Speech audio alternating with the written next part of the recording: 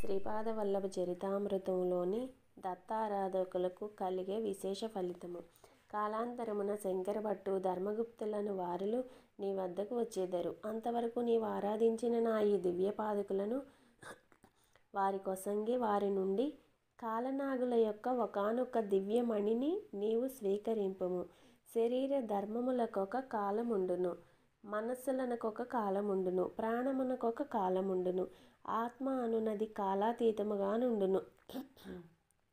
ఆయా గ్రహ నక్షత్రాదులుండు వరకు ఆయా కాలములుండును.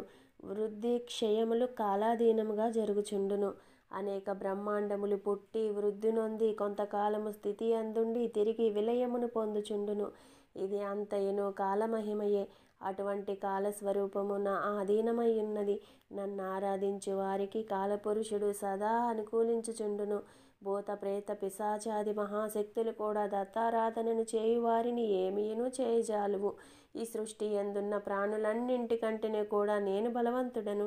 నా నుండి బలమును పొంది జీవరాశులు వృద్ధి పొందుచుందును. గర్వముచే మదోన్మత్తులైన ఎడల వారి యందున్న నా బలమును ఉపసంహరించెదను. గర్వమును అహంకారమును అన్ని అనర్థ స్వరూపములకును కారణభూతమయ్యుండును. నన్ను ఆరాధించుచు సదా జ్ఞప్తి యందుంచుకొని వారులు నిత్య సంతుష్టులై ఆనందముతో నుందురు.